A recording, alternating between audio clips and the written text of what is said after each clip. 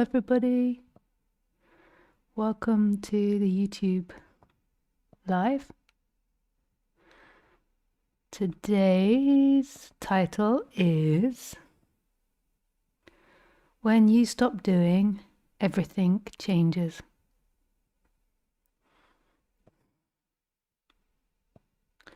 When you stop doing, everything changes.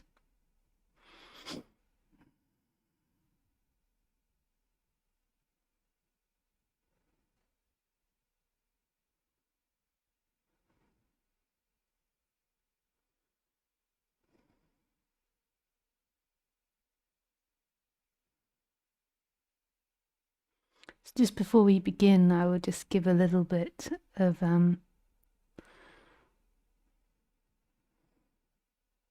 disclaimer.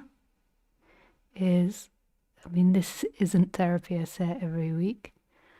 So if you need therapy, then there's lots of therapists that you can find online. Also on my reference page, there's therapists that know about non-duality. Sometimes non-duality and therapy coincide, but they're actually different subjects. Non-duality is about going beyond the story, and therapy is about fixing the story.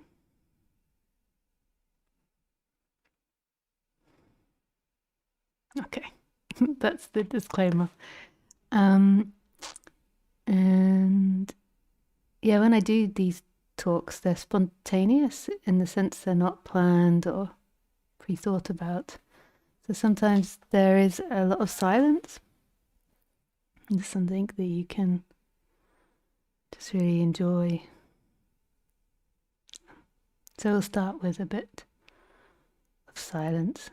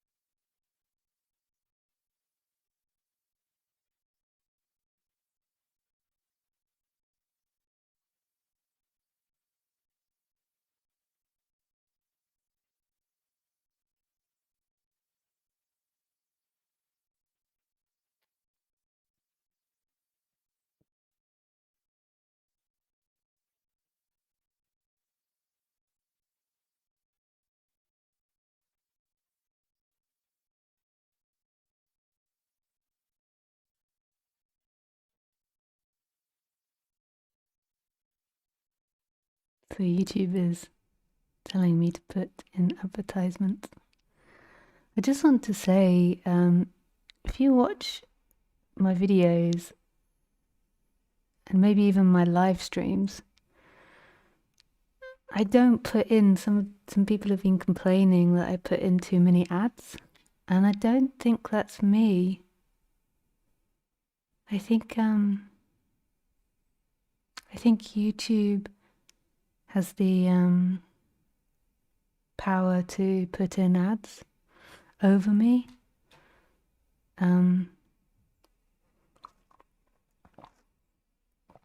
Because I always select on the longer videos only an ad once every half an hour, not once every 3 minutes. And on the shorter ones, it's just, I think, halfway through the video, or maybe not at all in the video. So I don't know why all these ads are coming on. So I have to investigate it. But I think that YouTube has power over that now. I think it can choose the ads. But maybe I can switch that off somewhere. I don't know. Just so, yeah.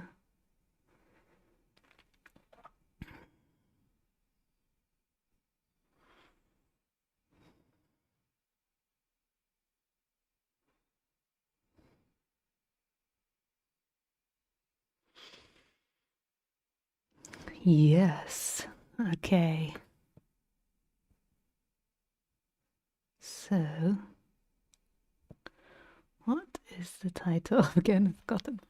When you stop doing, everything changes.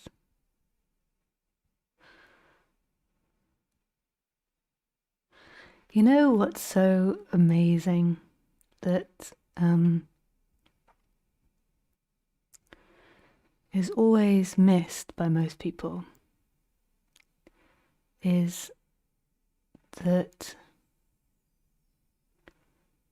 you is not a solid thing. So the way in which you see the world is not consistent. The way in which you experience the world is not consistent. But there's a storyteller with images arising, giving the appearance of consistency. So, for example, if you feel sad now, you and the whole story of you will be sad, and the world will be sad. And you won't know yourself outside of that sadness. You might have moments of like remembering that it's not always like that. But mostly you'll be totally immersed in that sadness, and you will be that. Your whole personality will be that. Your memories will be that. Everything will be coloured in that. It's a little like putting colour in water. Like if you put pink colour in the water. Not being able to separate out that pink colour from the water makes everything looks pink. Or you could put it like having spectacles on, like everything looks pink. And then if later on you feel excited or nervous, the whole world will have those coloured glasses on, including yourself. So the way in which you experience yourself and your story will have that coloured glasses on. So there isn't a consistency in personality. There is seemingly a consistency because in order for us to get on as humans, we need a consistent character to negotiate with others. But in actuality, there is no consistency. So your personality will look completely different when the body is flooded with sadness as opposed to when the body is flooded with happiness. And each sadnesses will look different and feel different. However, they most probably have similarities, patterns that arise. So whatever you are now is absolutely 100% totally unique. You're never going to be that version of yourself again. Ever. The way in which you're seeing the world right now is totally and utterly unique. You're never going to see it in this way again. The mind is like fiddlesticks. That is not true. Fiddlesticks. Because it wants to have a consistent story. So if it feels sad, it might want to be saying, I always feel sad. Or if it feels bad, I always feel bad. I'm always bad. Who is this I which you're taking yourself to be? Who are you? This one that's now like, I'm always bad. I'm bad girl, bad boy. Who is that? Who is that centralized I that feels a certain way? And then who is this time-bound person that they're trying to stick together? It's like that puts extra weight onto the suffering. Like an extra dollop of weight. Like I am always this person, which is bad. What you always are is what is right now.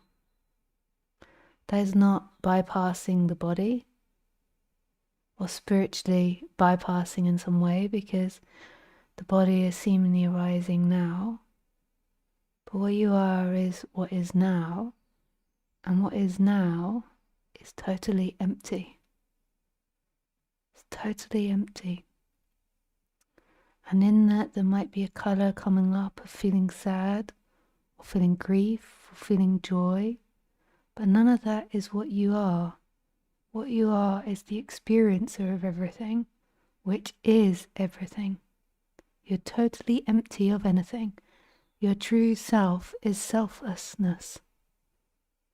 You know how in Christianity often the teaching is that you've got to become selfless, like selfless service to God. And I assume what it means is recognizing what you are right now, which is totally empty. In emptiness, as emptiness, everything arises. And that emptiness is, when it's united with the things, the being is love. But that love is totally empty. It's not contained in a particular thing, a particular name, in a particular form, in a particular idea. It is no thing. So who is looking now? Who is this one that is looking out the eyes? Where is this one that's looking out the eyes? This isn't avoiding the body is in that. The body is part of that, but not as a thought, as a sensation. And then you could kind of say the body disappears, there is no body, but not as a bypass, not as avoidance, absolute acceptance of what is now. And in that absolute acceptance, that is where the emptiness is. And there's no longer the trying to run away in stories to avoid what is happening now. To no longer be hooked on stories to find your freedom of you being bad, you being right, you being better than, you creating this, you doing that. You're going to have this in the future or that in the future. No longer being addicted to the narrator in order to find freedom, a radical here-ness, which is accepting everything, total presence, total being here. But who is being here? There can only be a being here when it's recognized that you cannot be here. You is always a thought in time. Your true nature, your true essence is everything, is spaciousness, which is everything, all things. Not a name, not a form, not an emotion, not an idea, not a past event, not something you're going to get, not the traumas in your body, not the healing, the therapies. It is no thing, total emptiness, which is all things, which is being, non-being and being.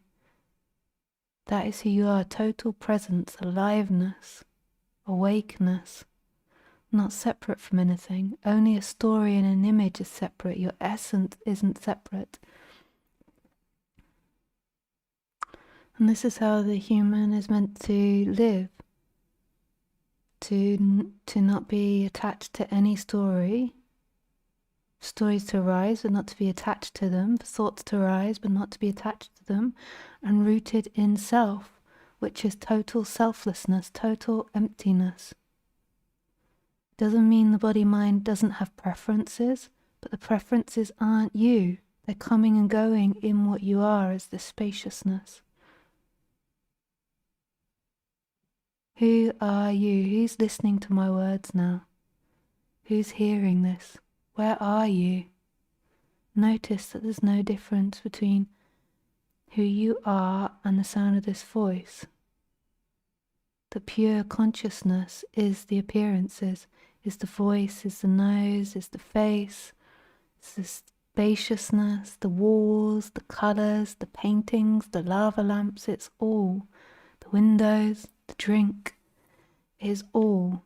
You know yourself by yourself appearing. Spaciousness, consciousness knows itself by the appearances, and this is who you are. You're not a story in time. The story in time of these body-mind mechanisms is arising, and it's so incredibly unique. It's not about rejecting them, but that is not who you are.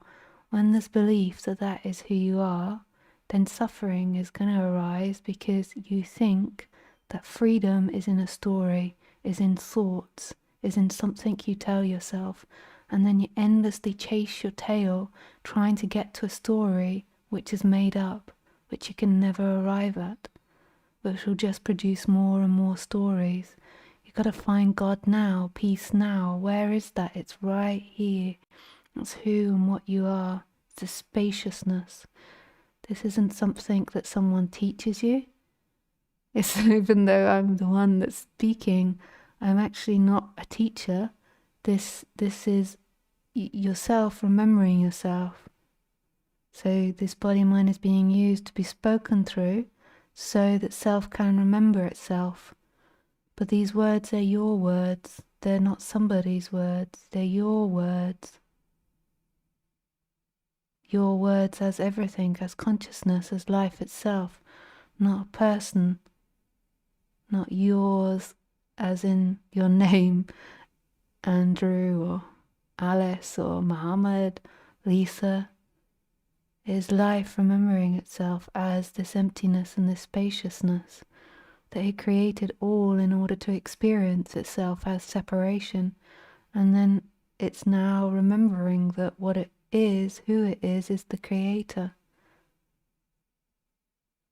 Is the creator which is watching, spontaneously creating, knowing itself by division. When you are totally yourself and not expressing, then you can't know yourself because there is only one. So you created many in order to know yourself.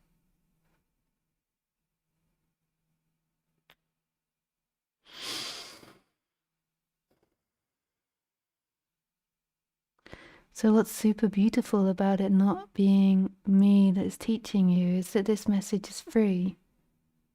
It's not something that you can get from me. It's not a consciousness which you have to build, that you have to work for. It's innately here in the appearances. All that's required is to investigate. Who is the one that's experiencing the appearances? Who is that? Notice that the experiencer can only ever be found in the experiences. Consciousness can only be found, yourself can only be found in everything that's appearing, which is total love. It means that everything you see, everything you experience, everything that you reject or hate or love is you. I'm not trying to teach you how to be a human here. If you take these ideas on the human level, then you'll get into very bizarre stories.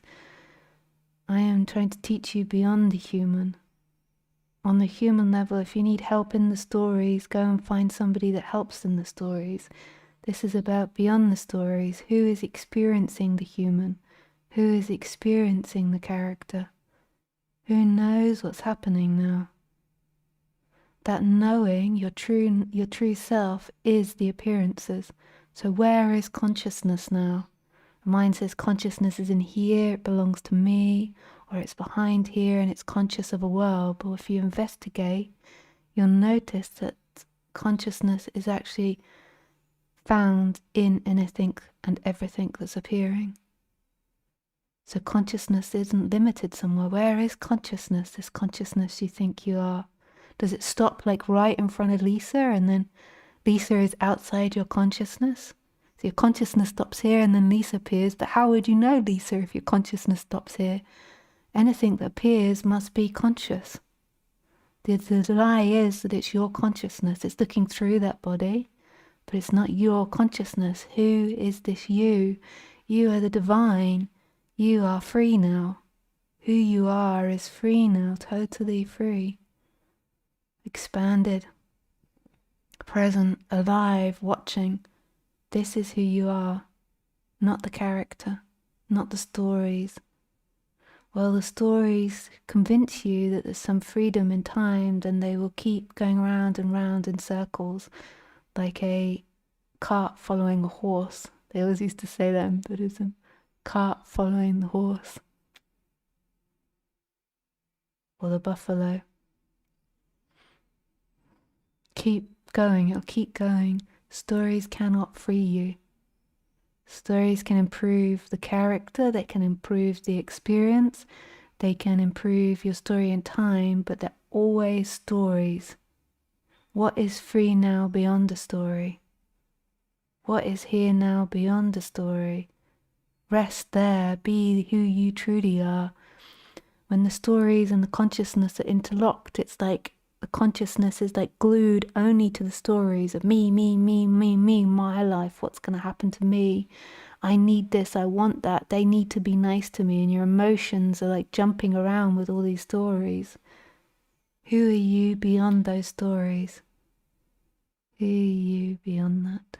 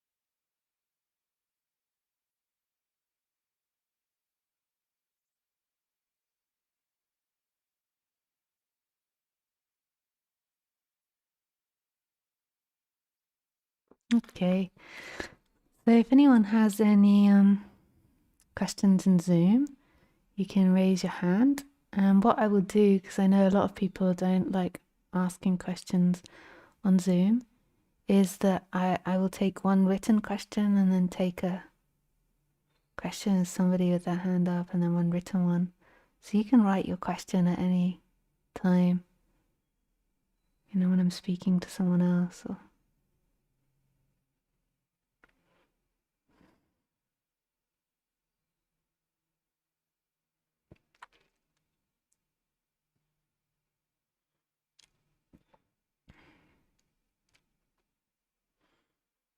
So this is from Mario. Hello, Lisa.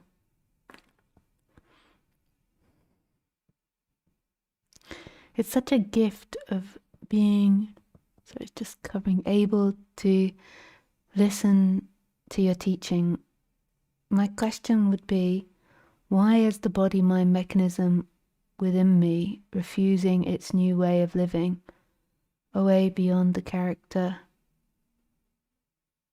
and instead out of a dimension of spaciousness, although it had been exposed to it already a few times in transparent, empty seeing and timelessness. It feels it can't live the old way and also not the new way. What to do with that emotion of being caught in between old and new, to incorporate the state and move beyond. Thank you so much.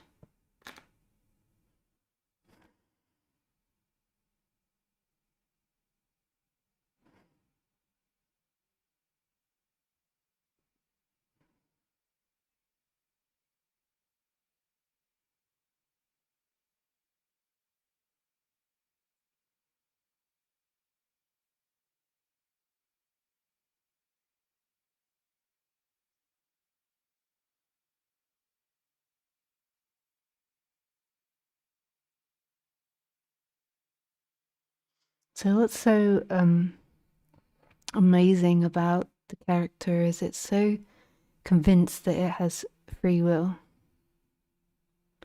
So there's appearance of free will. So now it might feel like you can take a drink if you wish to or not. But who is creating that? Like if you go into the sensation of that, like so taking the drink, so the thought comes up, I'll take a drink, or the hand just moves to it. And then who is like typing that underneath it? Who creates the thought that says, I'm going to take a drink? So I'm going to take a drink feels like you are somebody that is taking a drink. And then there's kind of, the consciousness is kind of then absorbed in this you that is taking a drink. I mean, that's not a very exciting thought, so it's not so absorbed, but it's more absorbed in like, I don't know, I'm going to be enlightened or a famous painter or kind, I don't know, or I've done something bad. It's more absorbed in these things that are more juicy rather than that. I'm going to take a drink. But this thought that says, I am bad, for example, where does that thought come from? What we know now is that there is an unconscious in the body. You know, there was many years ago, we didn't have this idea of conscious and unconscious. But I don't know if it was Freud that invented it, but it might have been. So we had this like unconscious mind, and we say, oh, well, it comes from the unconscious. So that's what we think in time, that this thought like I am bad and I'm doing something bad comes from the unconscious. And then what we're taught in non-duality is to try to stay with it, to try to feel it rather than to run away from it, to put the light of awareness on it rather than pushing it down or avoiding it, to stay with it. And that's a very beautiful practical teaching, but also we can explore this thought, I am bad. Another thought says it comes from the unconscious. Another thought says we've got to stay with it. But where are all these thoughts coming from? Where is this centralized you that you believe these thoughts are coming from? Where is that? Who is that? Who is this centralized you? Because what it's always doing is, so if we go to the therapeutic way and we say it comes from the unconscious,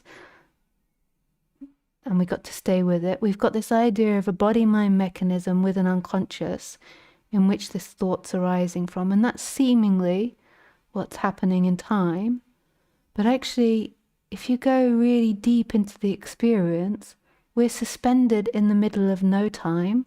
There isn't this past, there isn't this you with an unconscious, and there isn't a future of someone that is going to heal that feeling. We're suspended here in nothingness. with everything appearing. And that's scary to the person. The person wants to create a story so that it knows where it is. Because it's scared of being suspended in spaciousness, in nothingness, in emptiness. The person that's like death. So we can seemingly tell the story that it comes from the unconscious, but where and what? Where is that coming from now, that even thought of the unconscious? Who does that belong to?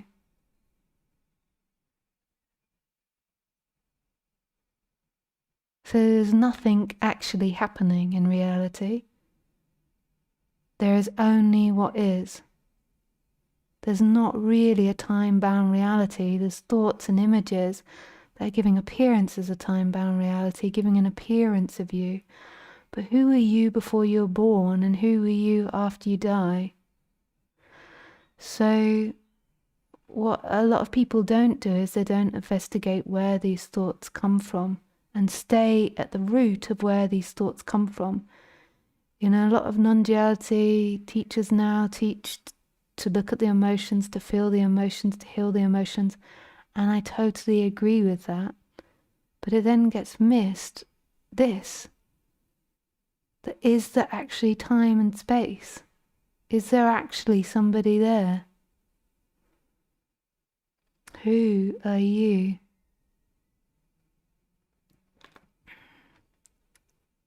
And so people might think this is a belief, but it's not a belief. Like if you went out into deep space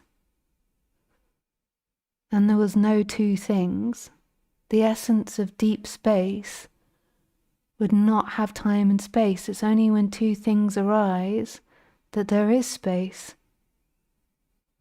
If there wasn't two things, then there is no space. And we know, sort of, I mean, we know from reading, which again is a time-bound thing, but we know that when we come down to the smallest particles of what makes up these forms and what makes up this world, it is empty space, or what's that thing called? Forgot. Dark matter, maybe. Which I think is like empty space, right? Maybe you can correct me, the scientists out there. I don't have that type of brain to remember these things. So, yes, do all the healing modalities. Like, go onto my website. There's so many different people offering healing modalities in the apparent timeline. And stories are seemingly stored in this body. So if you work on this body, if you do body work, the unconscious mind might even disappear. But what non-duality is suggesting is what is beyond that. Where does this body-mind mechanism arise from? Where do these thoughts arise from? Who is experiencing now?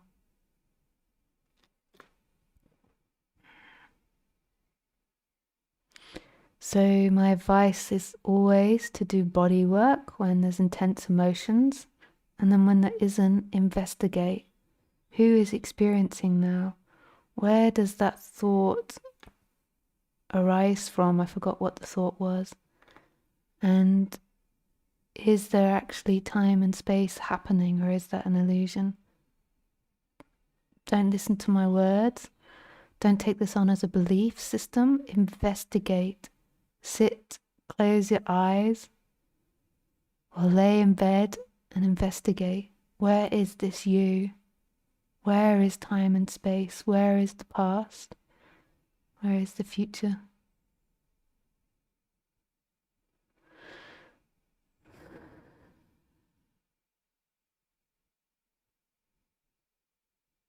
Thank you so much for your question, Mario.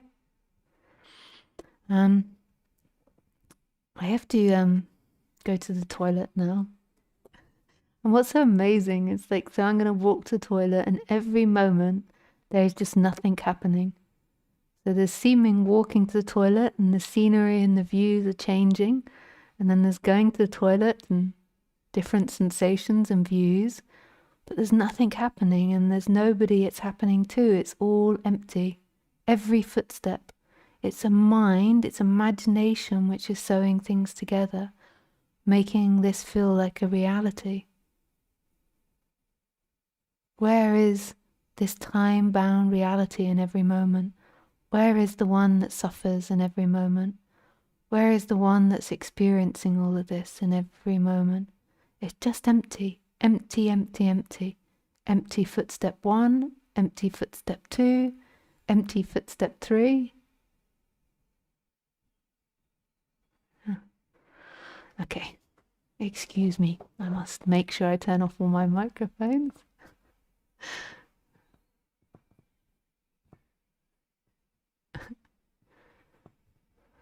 Okay.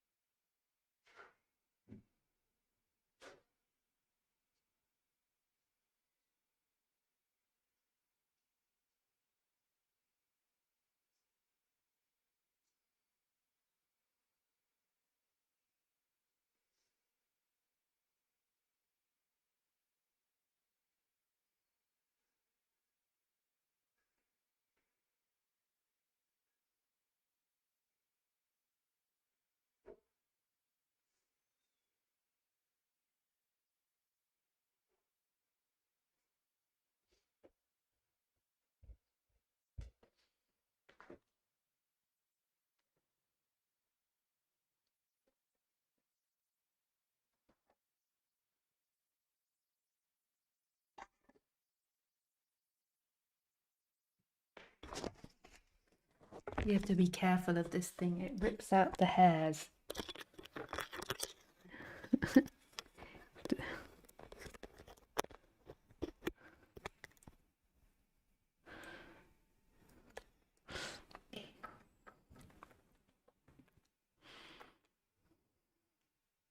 Okay. Yeah, pizza, you can unmute yourself. I just have to change the settings.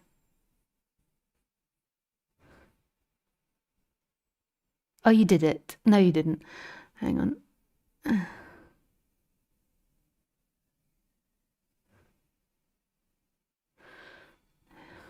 Okay.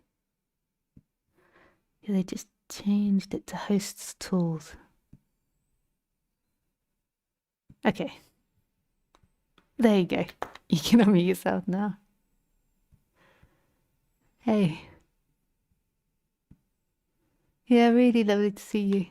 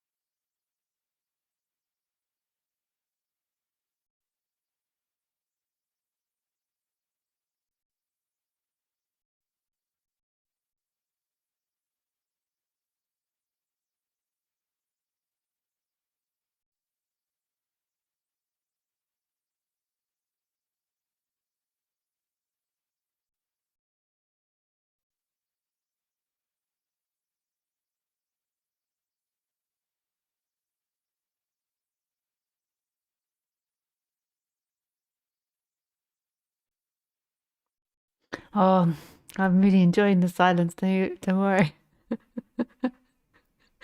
I'm often having that too.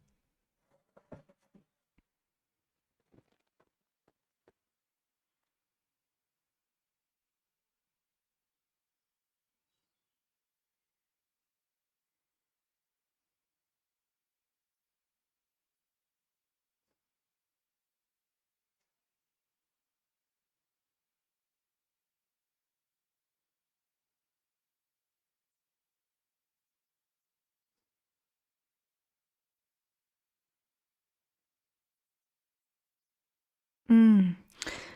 Yeah, and to me, grief isn't any indicator of not being totally rooted in self.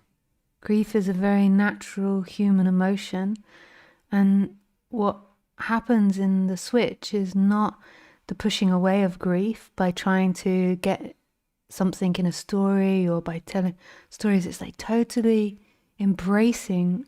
It's not even actively embracing the grief. It's just that there's not someone separate there pushing it away. So the grief is present. It's just here. It's being held. There's nothing, nobody interfering with it. It's such a beautiful thing in a way. The humans have these relationships, these intimate relationships.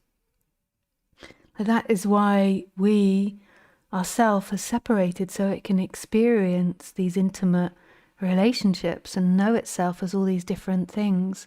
And whatever you experience, you're never going to experience that again.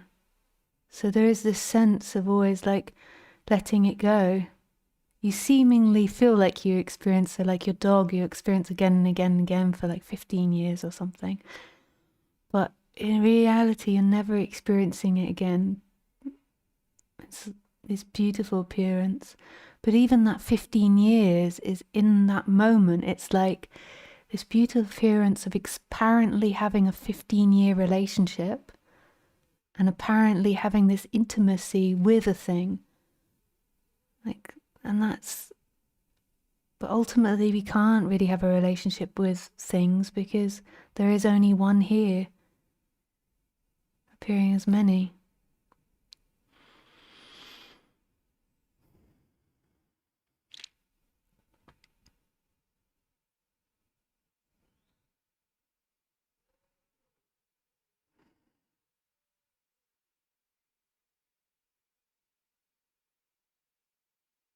Yeah,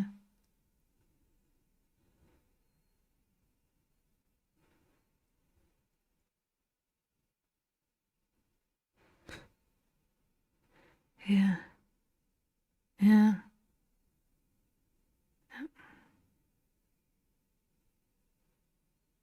And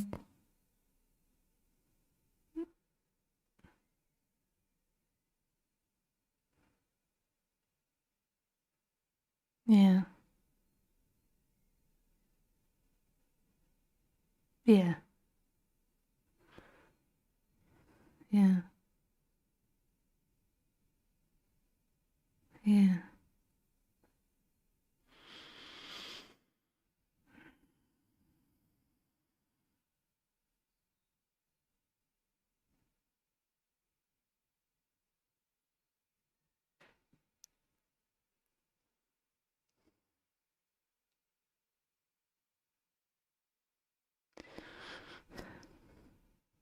yeah,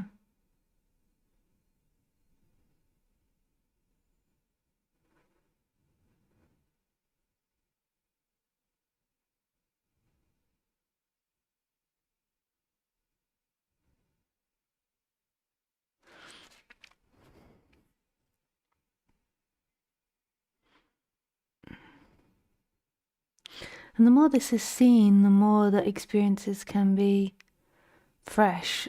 So you can then go back to seeing your mom or seeing a friend, and the body mind holds memories, but because you're deeply rooted in self, then there's this freshness to it as well. So this openness to whatever comes, to there being no form to it, to being no form to them or to yourself. But then also open to the forms arising as well.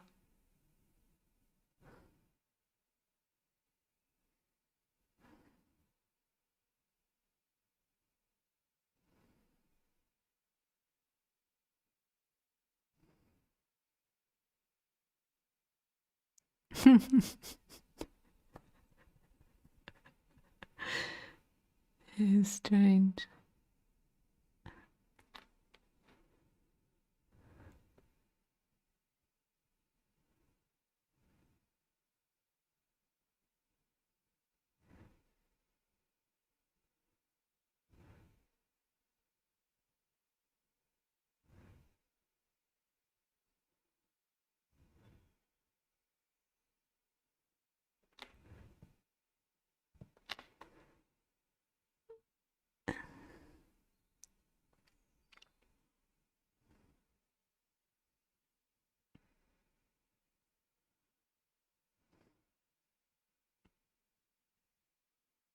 Mm.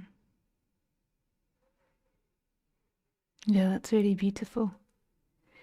Because that is also the way it is that it's the most closest thing to you. It's the feeling of I, the most intimate, closest thing there is. It's not far away, it's not removed. It's that feeling of being you that's always been there, but it's got covered by different flavors. It's really sweet. Yeah, thank you, Peter.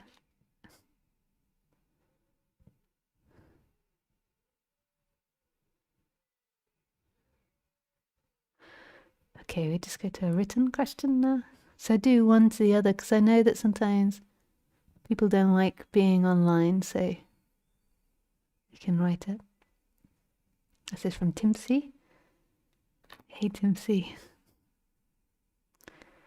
The feeling of emptiness sometimes can make me detach from the body. Now that I am doing body work and including the body, it made me wonder. Lots of love and gratitude. Yeah, it's really interesting, this part, the detaching from the body.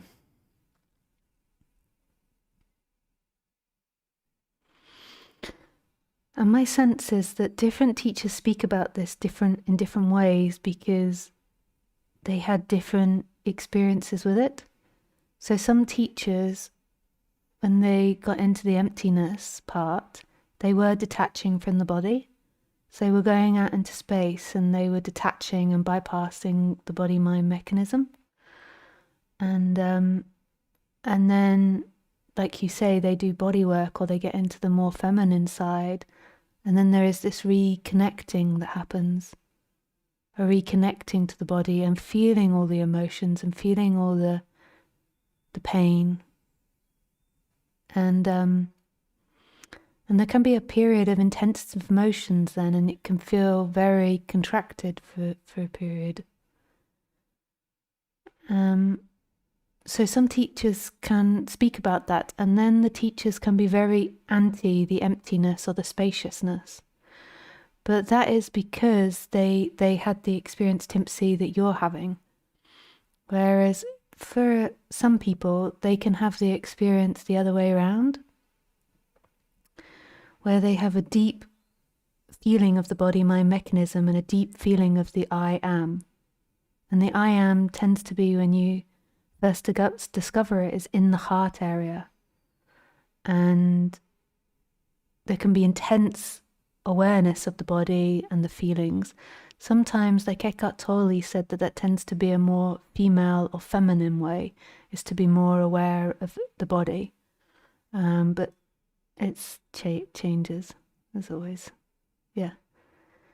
So there can be a deep connection to the body and a deep connection to the love.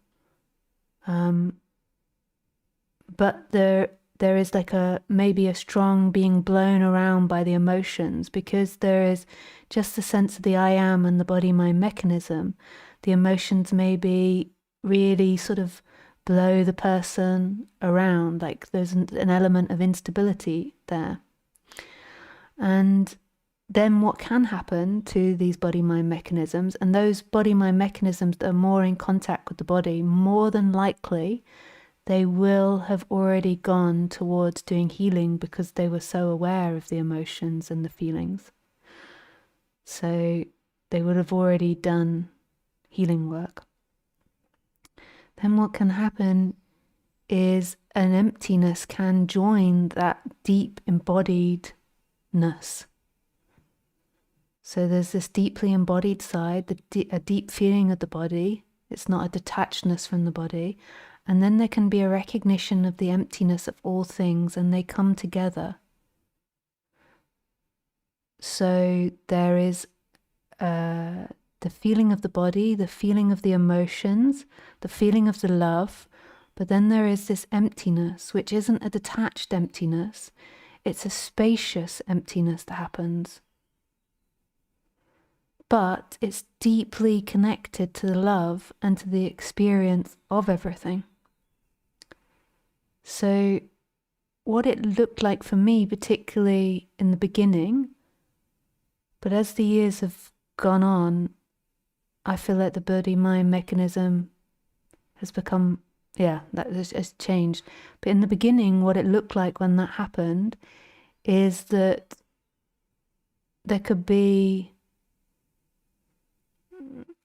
I could be like crying one moment, laughing the next moment, angry the next moment. Like I'm not someone that really struggles with lots of anger, but just as an example, I'm just trying to say that that's not my tendency. Or sad, that might be more the tendency. So it could be a sadness arising or an empathy arising. But what it looked like was that these emotions passed through very quickly when the emptiness joined the emotion, when the emptiness and the I am came together, because there wasn't a story holding the emotions together. So the emotions were experienced, and then there was just sadness and everything that's happening.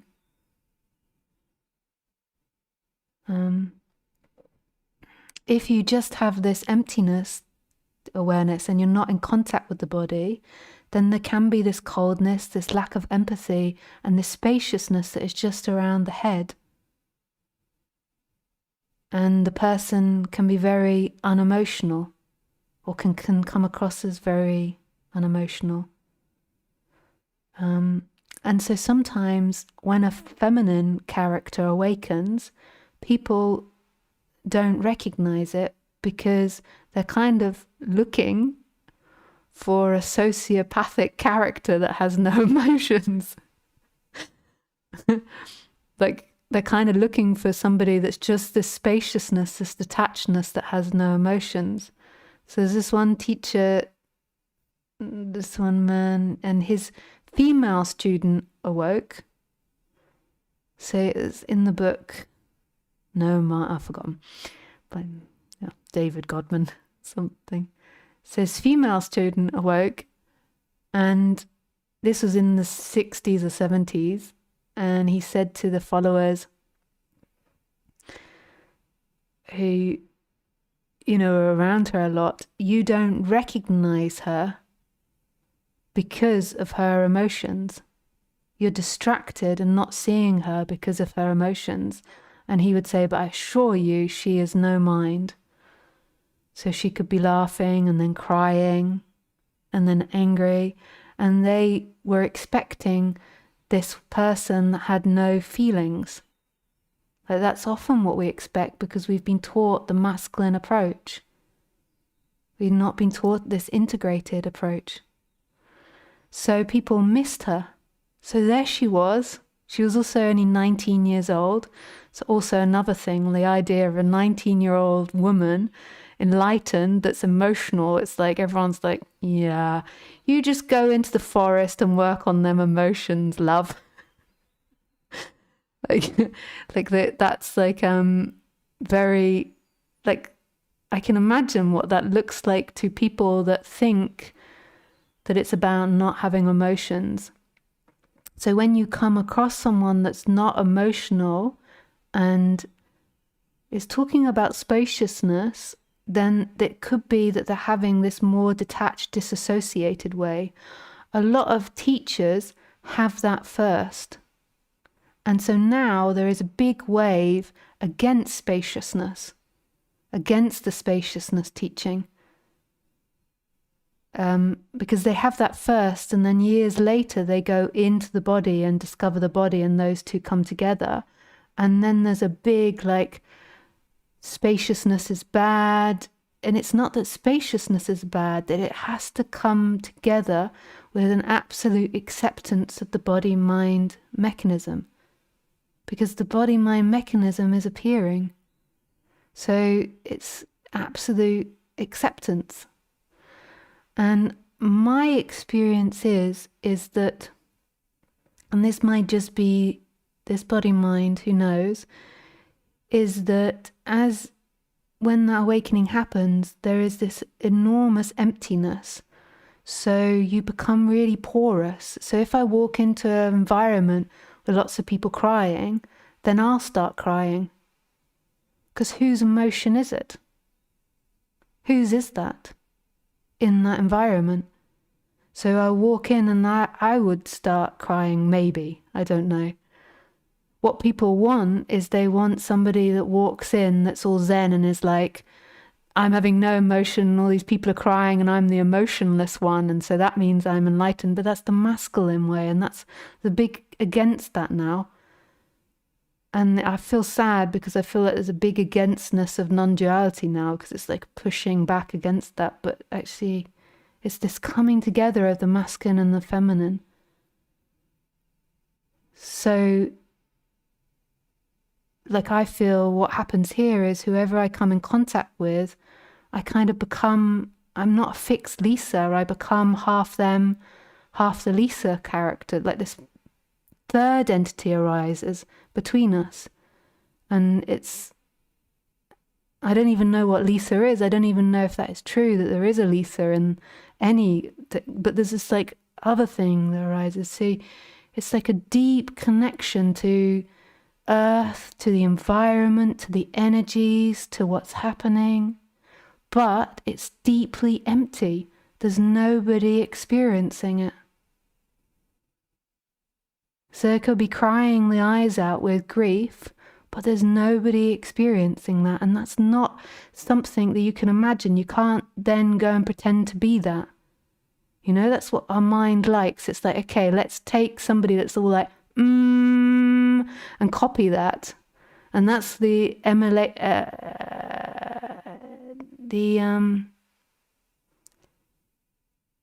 thing that we're all gonna, I forgot, we're all gonna try and be alike. We're all gonna try and copy that, emanate that. But actually, awakeness is totally, I think, unique to each body-mind mechanism. And most probably, unless you're awake yourself, you can't recognize it in another body-mind mechanism, or unless you're waking up and there is a great resonance with stillness. So you could also be recognized if you're flip-flopping, but when you flop, you won't see it again.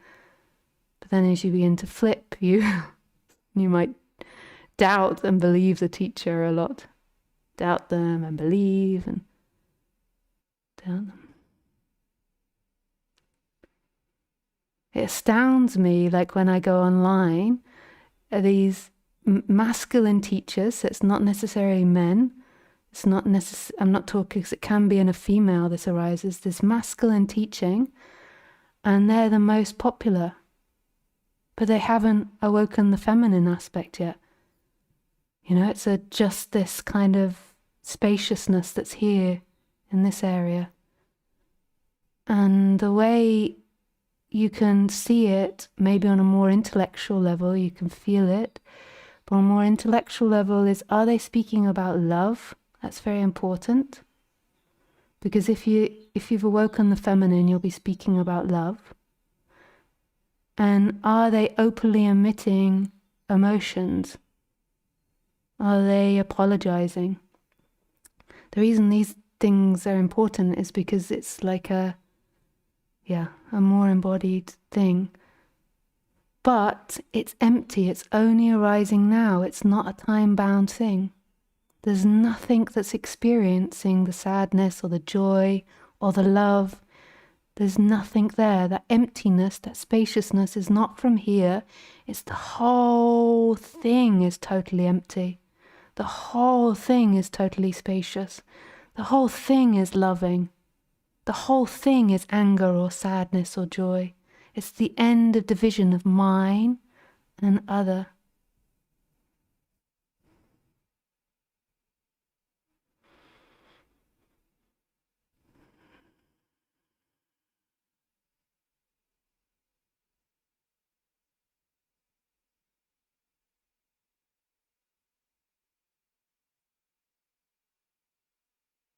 So Timpsy, going back to what's happening with you, is that emptiness that you experienced isn't a lie. It isn't that you were just disassociated. There was mostly disassociation there. There is this spaciousness that's beginning to break through, but it might just be up here and it needs to be integrated with the heart, with the feminine. But I don't also like this teaching now where it's like, oh, that's disassociation, that's all it is.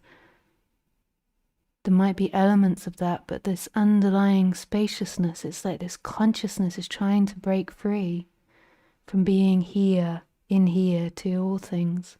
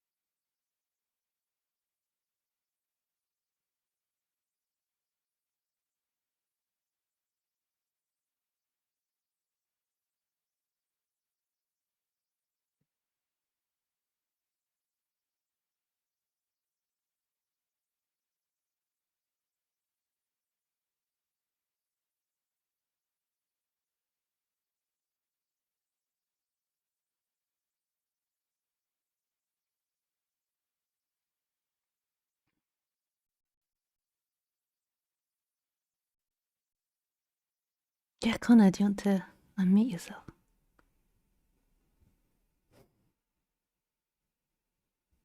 Hey, Connor.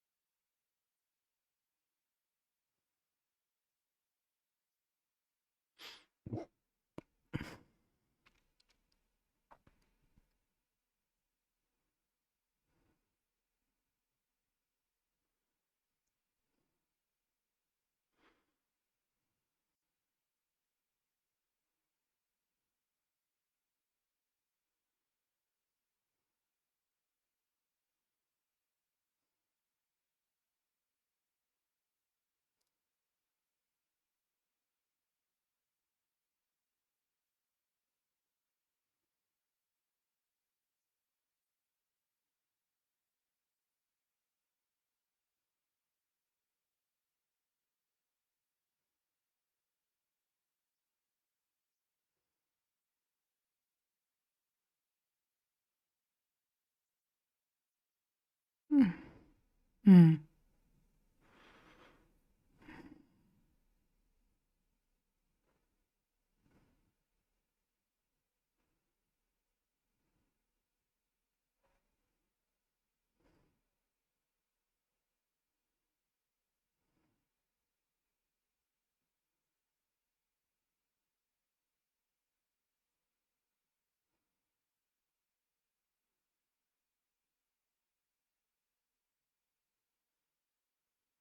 So I think that's really beautiful that there's been a recognition of a core story that's being repeated.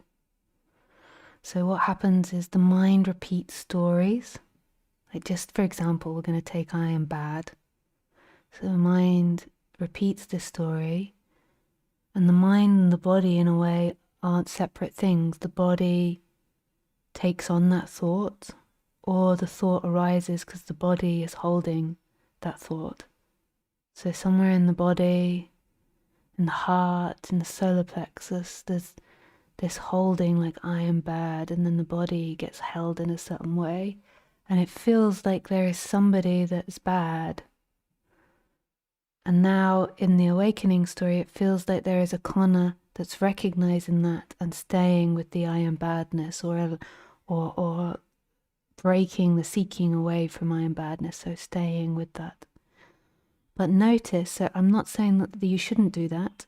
I think that that is wisdom, what you're displaying. I'm very pro everything you said. But just as another layer, just notice that that one that's staying with it, the story in time is all illusory. There isn't somebody that's got to hold it. There isn't a story of you that's had this for 20, 30, 40 years or billions of lifetimes. There is only what is happening, this spaciousness with the feeling of beingness, this beingness and non-beingness, which is everywhere in all places. And then in that there is the arising of this story. But this story isn't the truth. The stillness, the no-timeness is the truth. And in that is being projected this story of you. So the story of you is secondary.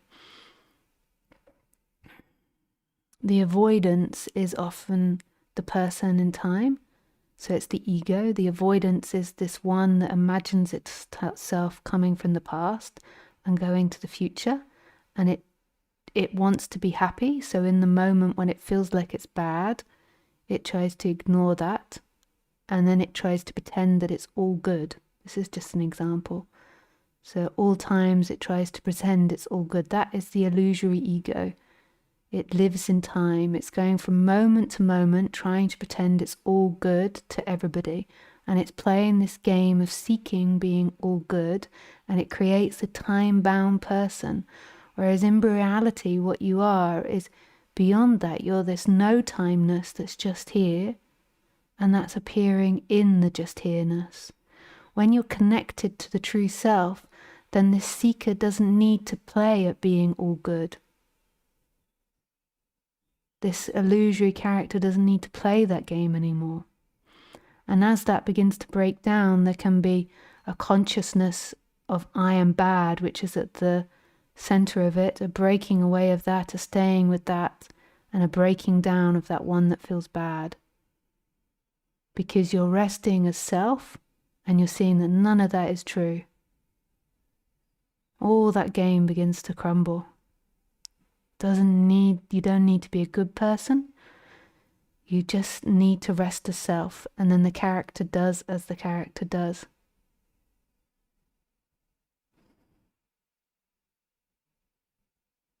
And just kind of reframing what you're saying to put it in a very non-dual focused way, because this is non-duality.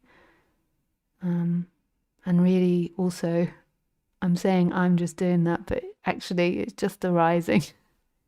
These words are just popping out.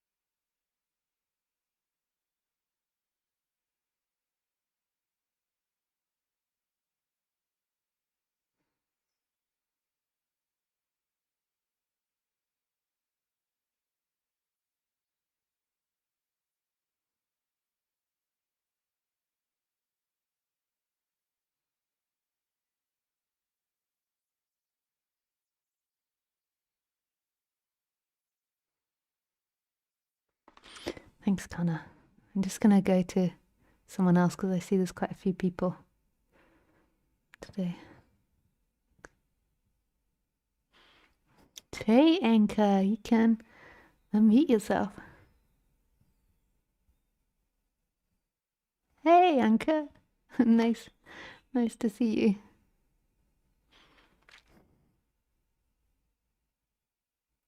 you. Yeah. Yeah. It was so intense. And now it's totally gone, right? Now we're just totally immersed. Yeah. Yeah.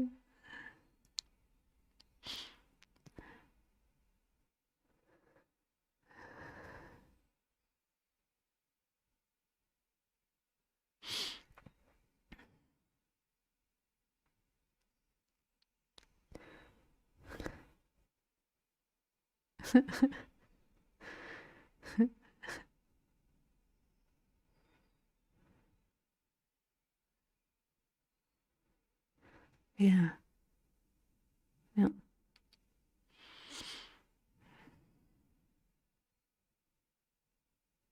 I remember, it always sticks with me, this quote of Nanda Mahima, where she says to her people, the women that help her, as she says to them, you must tell me when somebody is bad or doing bad, because I can't see good or bad. And that's because she's so totally immersed in what's happening. There's absolutely nobody there judging. There's just what's happening. That's absolute forgiveness to me, or absolute love. The Course in Miracles, always their thing is always forgiveness. Like it's all comes to forgiveness.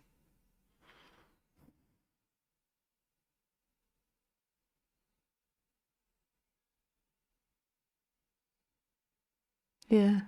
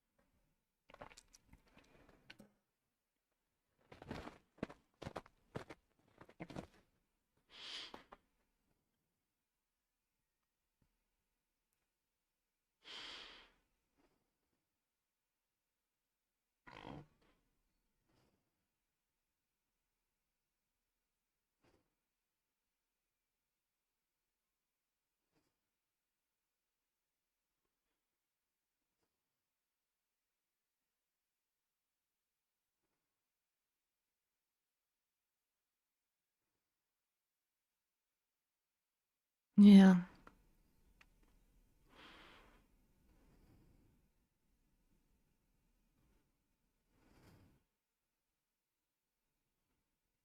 Yeah. I think for some people, I think if you had friends in India and were speaking about in this manner, it would be totally not acceptable, but there would be more of a embracing of it. I think in the West, it might arise in them like a form of madness and a fear of madness and a rejection of madness. And it's not that, but I feel they've got no ability to relate to it. So it just kind of sounds mad. What some of my friends or mum's friends that have read my book say is that they just can't read it. It just doesn't mean anything to them. They don't understand anything. And some people like just don't speak to me about it. Some people avoid me. And I think it's often to do with it.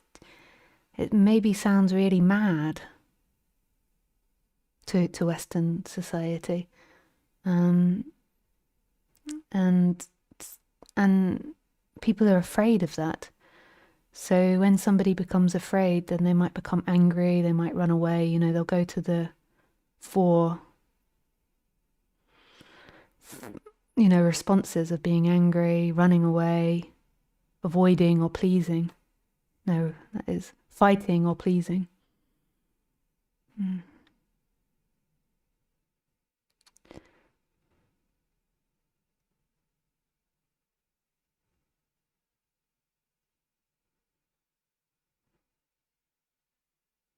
Yeah.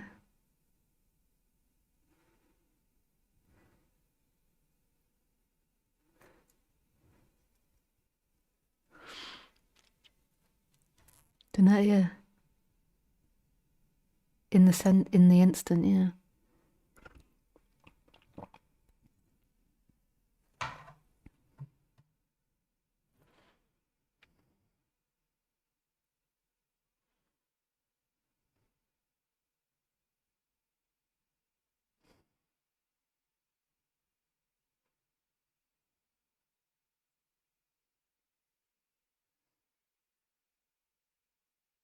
Yeah, yeah.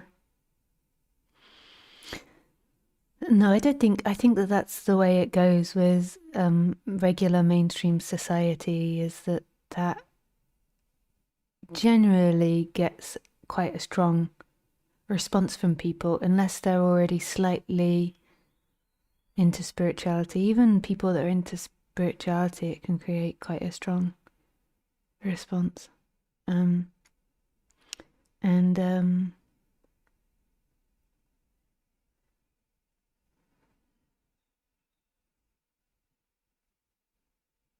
yeah, and it's that sadness,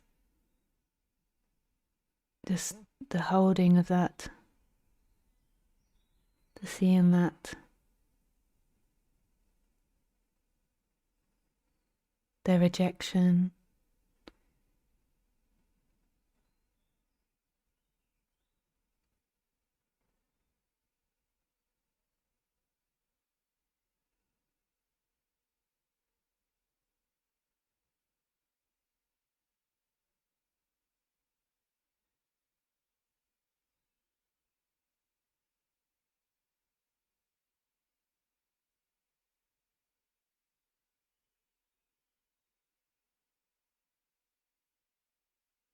I'm just suddenly having a funny thought. Like, I just suddenly thought about, like, if I said to my mom, like, Mom, I'm nothing. Like, just, I think that she would just avoid. She'd be like, okay, I went shopping yesterday. She'd, but I can say to her now, you know, when I was 30, that thing changed in me. So I can say that to her. And something changed in me and I had this spiritual change. And she's like, yes. She kind of like, she just agrees because I've said it so many times. She's like, yes. But I don't think she really knows what that is. But I don't think I could say to her, well, really, in reality, I'm nothing. I might be able to say to her that we're all a part of God or something, and she might go for that. But I think if I really went non-dual with her, she would be afraid that I was going mad.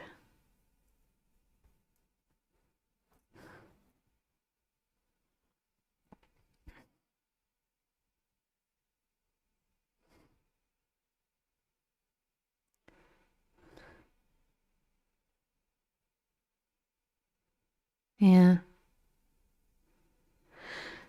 So then,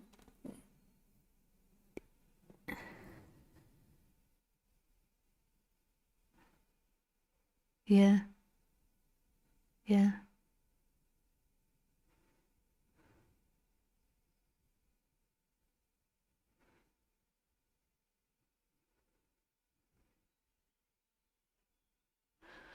I think you'll just,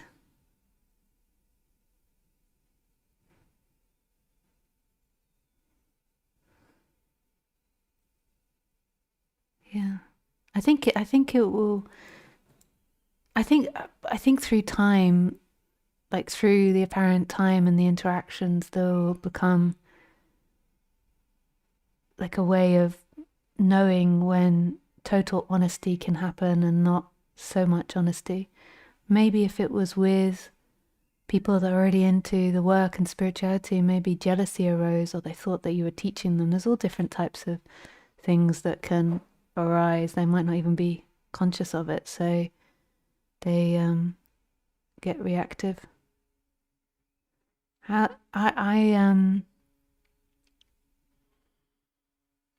What tends to happen here is um, I discern where I can go with the person and then dance and play with that. Because I can't be bothered to get into conflict with them. As soon as you get into conflict with someone, it then takes time to,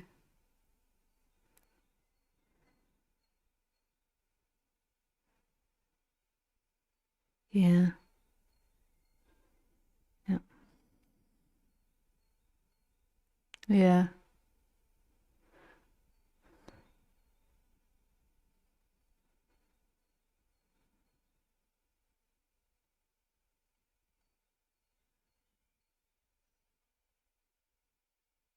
And then it's also, so just, it's not even you checking. So I'm not really saying this for you, Anchor. I'm saying this for everybody and for the people that are listening. It's also being really honest, you know, in the moment. Is there anything that's trying to be anything here with these people? You know, anything that's trying to resist them, pull them in, go into any dance with them. Because in the end, what I truly am is just nothing. I'm just nothing.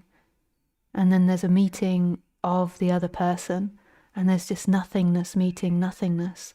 And then these two characters dance, but the truth, the absolute radical truth, is that nothingness is meeting nothingness. There's nobody there that is speaking to another person, and that nothingness doesn't care or not care. It's beyond the two. It doesn't have to be anything. But what happens in the character when there's deep resting in self is the character is not playing games to be someone anymore. So the character is becoming very radically itself in a way. It's becoming very simplified. It's not trying to be all these different things.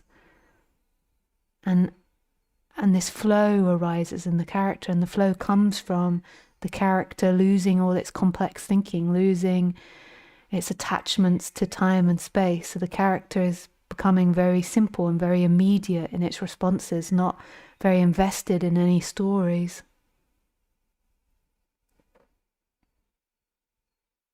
So I understand what you mean, where there's wanting to be true honesty that arises. And I can also understand there's this sage in the time of Ramana, and he was in Tiruvannamalai the same time as Ramana, and there was this one of Ramana's devotees that went to him for a blessing. And he went to him and he bowed down to him, and this sage was totally naked. And then the sage just stood up and swore all types of swear words. And the devotee was really shocked. And after the sage had finished swearing, the other devotee said to the one that was getting blessed, "He must really like you to have said so many swear words.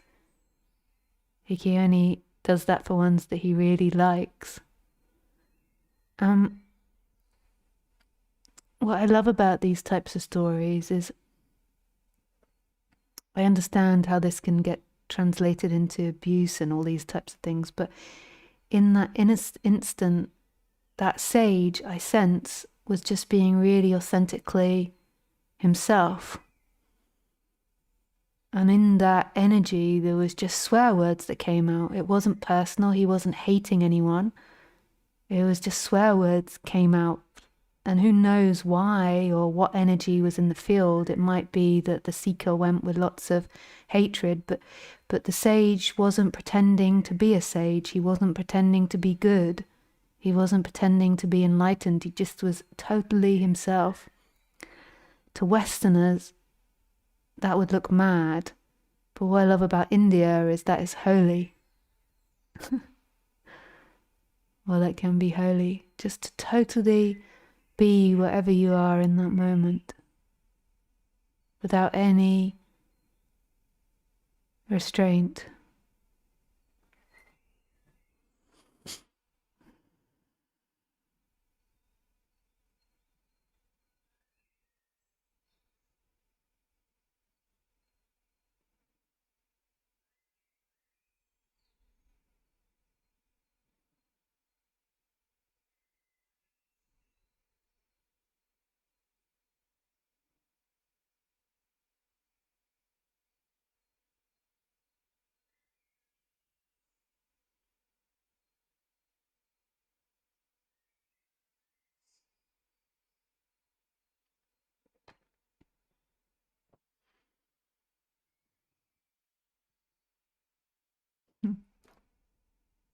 Yeah, thanks, Senka.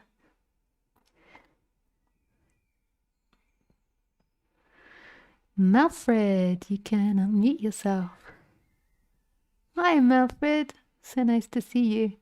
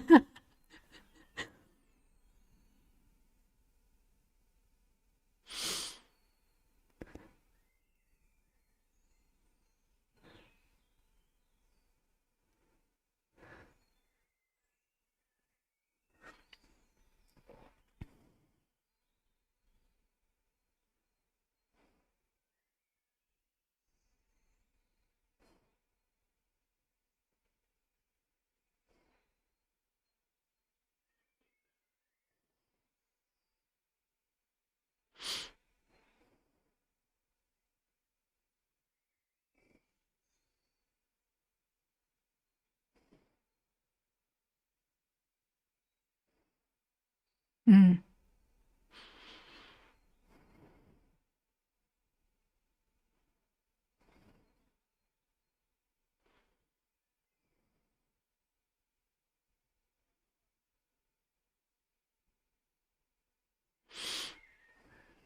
Yeah. Yeah. Yeah.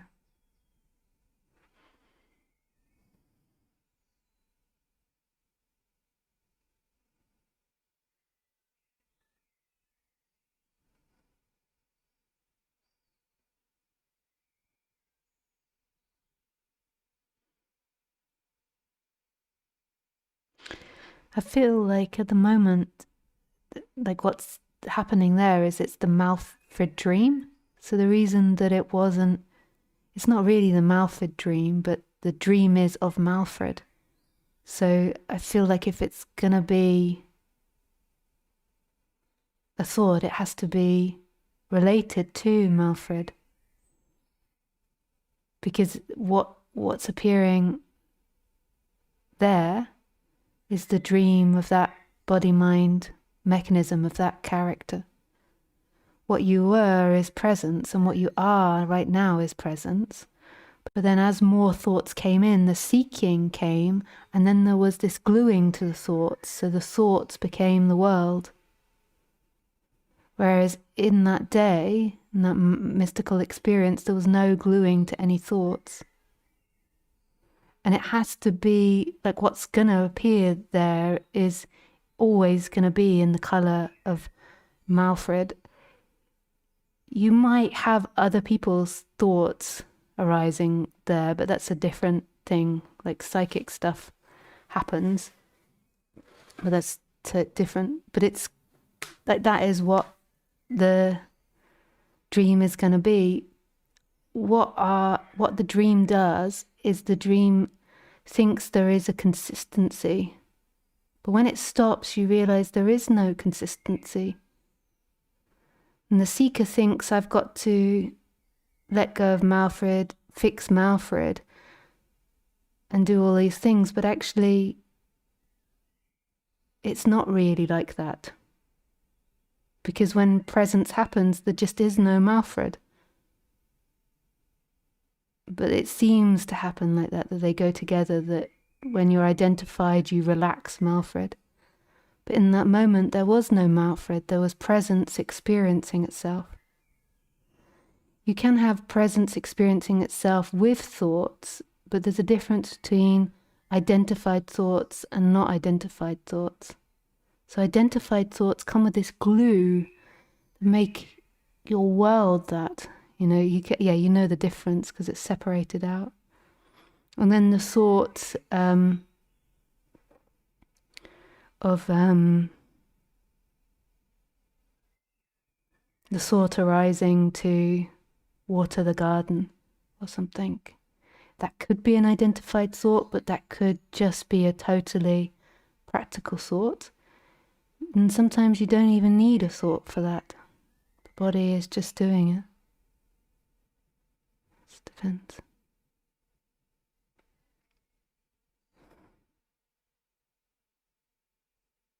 Yeah, amazing. And there can be presence without any form of you. There can be awakeness without any form of you needed. Amazing.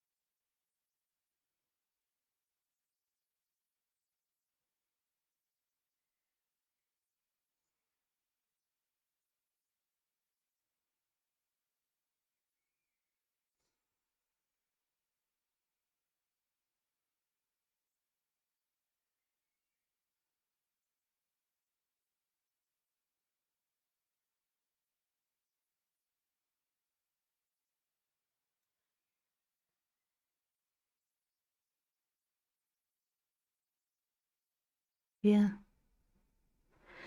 I think in the end, I don't know about all of this. The only part that I do know is that when you're totally and utterly free, you cannot be reborn again because there's nobody to be reborn again. My feeling is that there is when there is death of the body and there's still a person there, then they will go into a new life. But I don't know in the end. But I do know for sure that when somebody is totally themselves as that, they cannot be reborn. So if you just remember yourself, that experience of presence, when there was presence, there was absolutely no Malfred that could be reborn. So in Buddhism, I don't know about so much about Hinduism, but in Buddhism, the way they taught me was that, when you have nirvana, so that's absolute freedom, that's when you physically, the body drops, but there's absolutely nobody to be reborn again. But all the people that are still identities, they will be reborn again. So if there is still Malfred left when that body drops, then I suspect you will go into a new life, and more than likely your dad's character will be there as well. But not all the time. There could most probably be lots of different dimensions, and who knows. But that's my feeling of it. But in the end, I don't know. The only thing that I know for sure is when there is absolute freedom, there cannot be rebirth again, because who would be reborn? And I'm not opposed to mediums. So, like, I feel like you could go to a medium and there's a good chance you could speak to your dad because he might be in a different dimension. He might have taken you birth and there might not be connection, but there could be when there is, if he died with identity. That's my feeling, but I don't know. I don't know.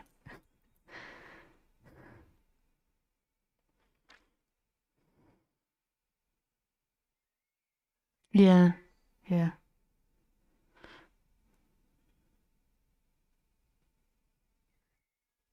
yeah,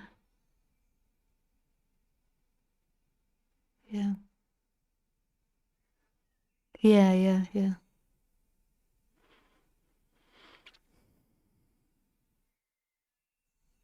Mm. There was this beautiful Rick Archer interviewed this beautiful medium a while ago. I can send you a link afterwards, Malfred. She is such a beautiful woman. If you watch the interview, she I feel like she deeply knows who she is. She kept speaking about the spaciousness, but just in a very different language.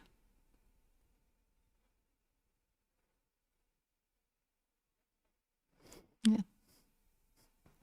Oh, nice to speak with you. Okay, we're running very late, but we would just speak with Maria. It's so nice to see you, Maria. You can unmute yourself. Me. Yeah, that works.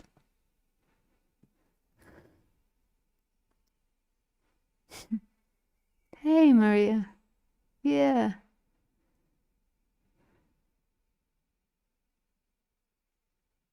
Yeah, years. But it feels like there's a deep intimacy. It feels like there's a deep intimacy here, even though there's seemingly been years, like a deep knowing that's almost like as if well, there is no time and space. Yeah.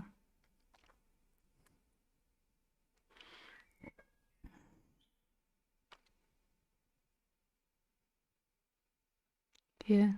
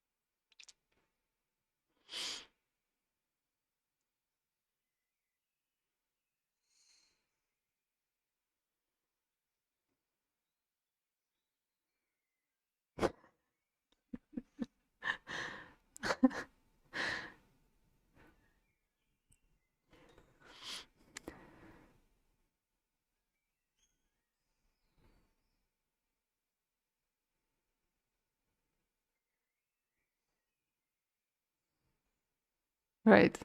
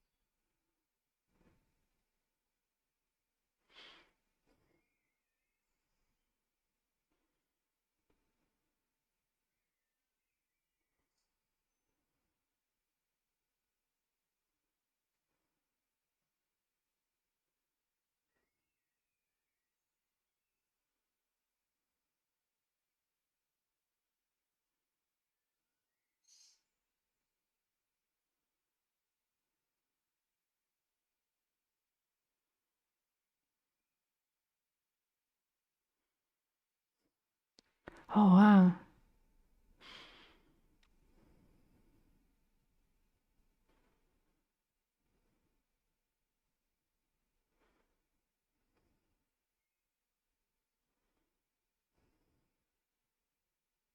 Oh, wow.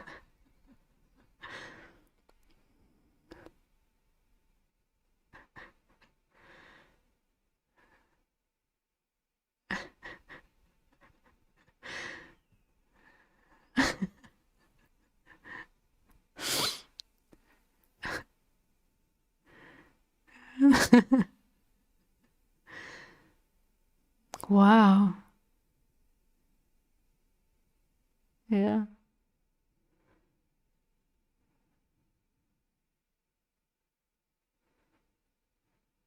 Yeah. I mean, on the subconscious level, like it's gone very deep for you to wake up saying that. You know, it's gone very, it's not something you're having to remind yourself about. There's something deeply knows that now in that character. Otherwise, you wouldn't dream that, I don't think.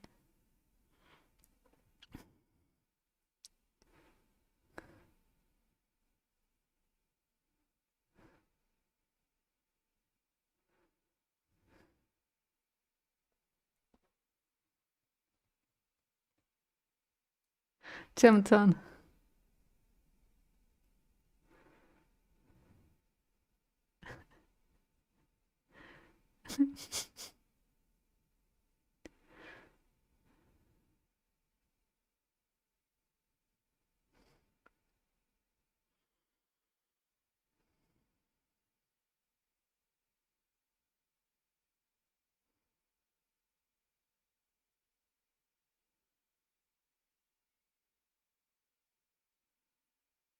And that's like now's kind of when it finishes. Like 7:30 my time. I don't know what time that is your time.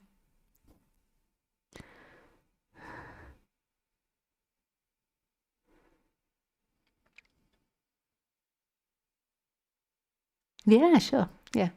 Yeah.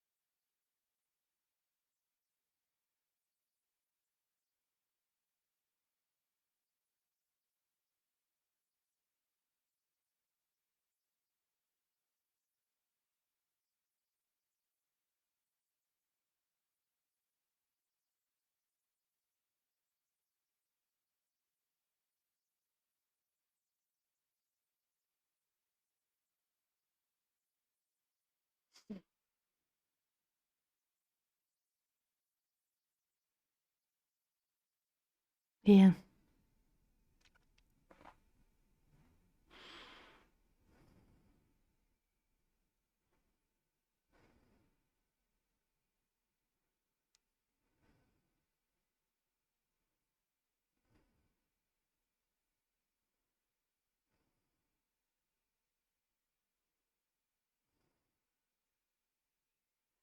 Yeah.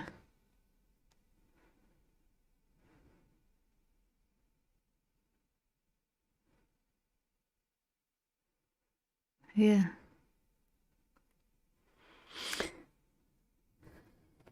Do you,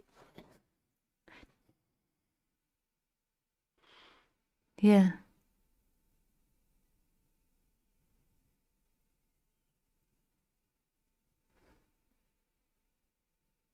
Yeah.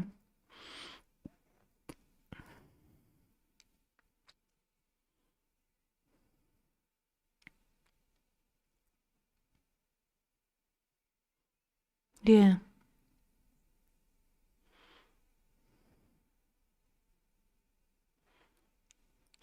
Do you like to? I know that used to like reading, or you sent me some books, I think. So do you like actually reading, or do you listen to books, or how do you?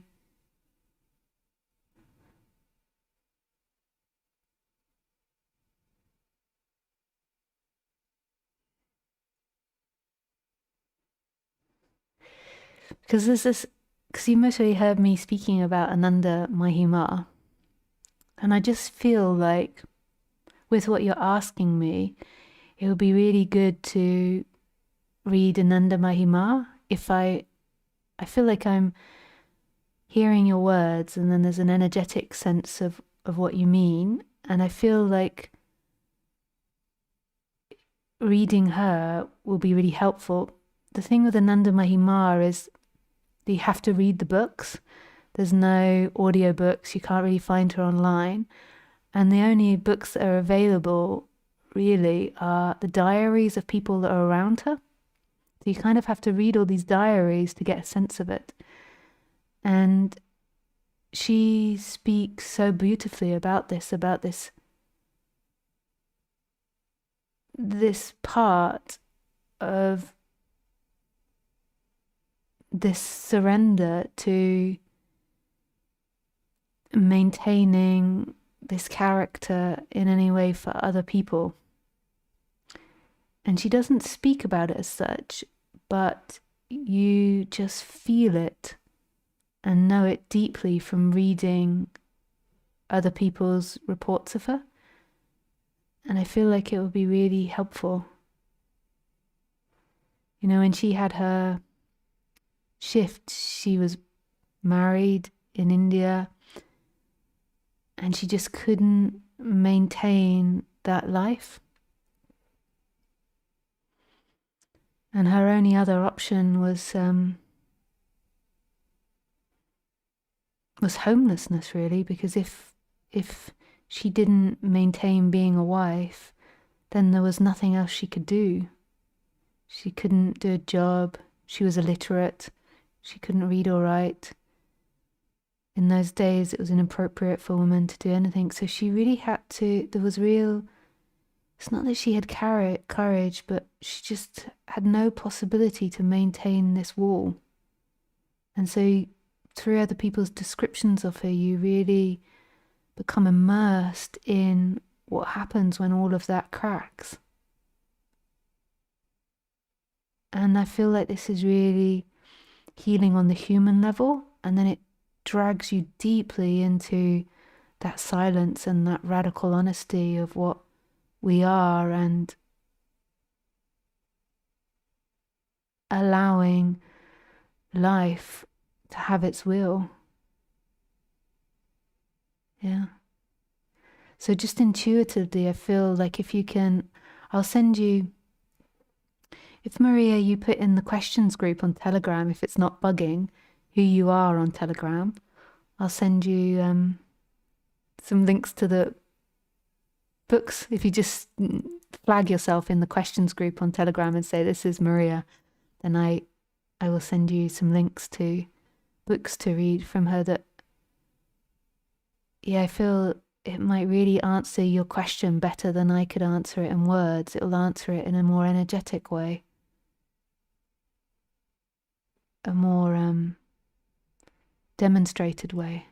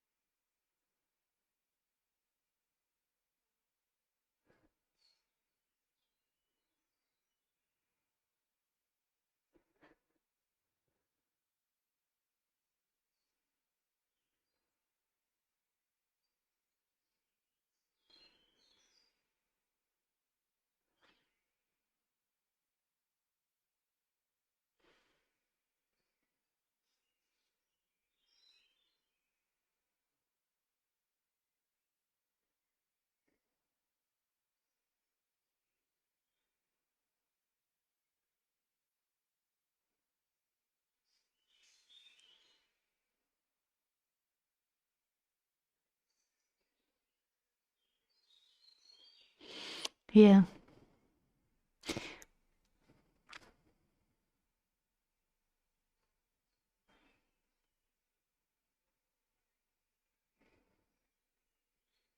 Mm.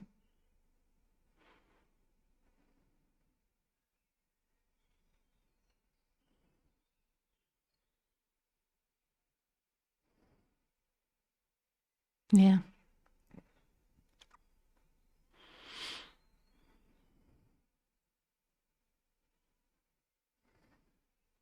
Yeah. And yeah, and it's Jedic, and it's karma, it's old thoughts, not from necessarily this life, even though ultimately there is no previous life, but in the apparent dream there is these lives, but even though that's only arising now, there's this karma of that arising. So these impersonal thoughts arising, because there isn't really a solid you. So there is a knowing that there isn't free will that appears there, and then there's these odd karmic thoughts that appear as an energy. And it seems like they're in contradiction, but it's just that there's old energies there still playing out, and then there's another part that's awake and knowing. So there's all these seeming conflicts, but as it goes deeper, you really see that it's an impersonal, totally impersonal karma arising, and that will get smoothed out by life, like that will dissipate that. And something like reading these books will dissipate that energy. But it's not you, and also the other part isn't you. And then it's all you. But you're not limited to any of those parts of yourself. Yeah, it's so deep, this subject. It's so deep. It's so wide.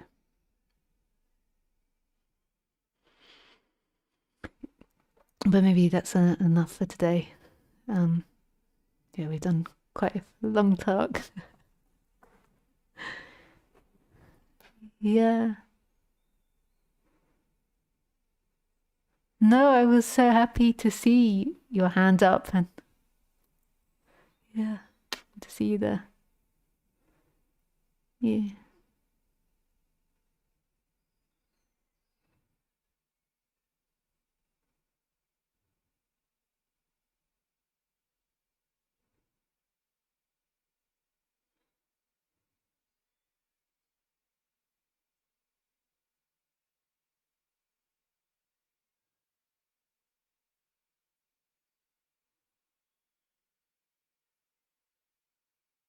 I think you're.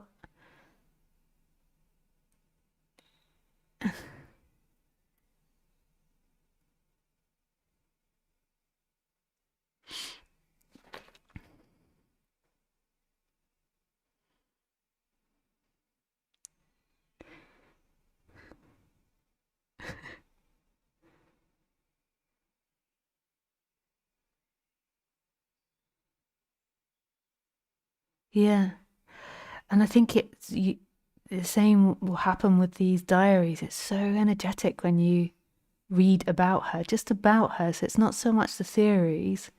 I mean, that is such a typically feminine way. So the masculine is these theories, and then this, you just have to hear about her, and it has such a profound energy. Yeah, I look forward to hearing your responses to them. Thanks, Maria. That's a love. Yeah, that was a long one. And I think I missed doing the questions in the chat. I forgot. That's what happened. Yeah, I forgot that I was going one to the other.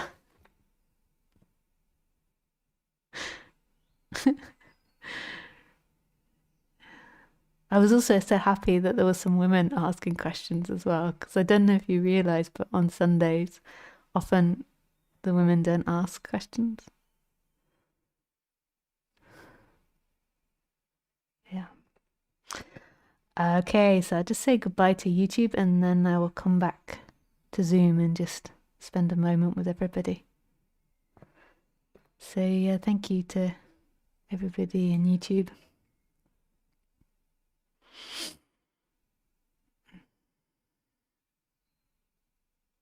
Yeah, I really appreciate everybody. And I really, really wish you everything. Okay.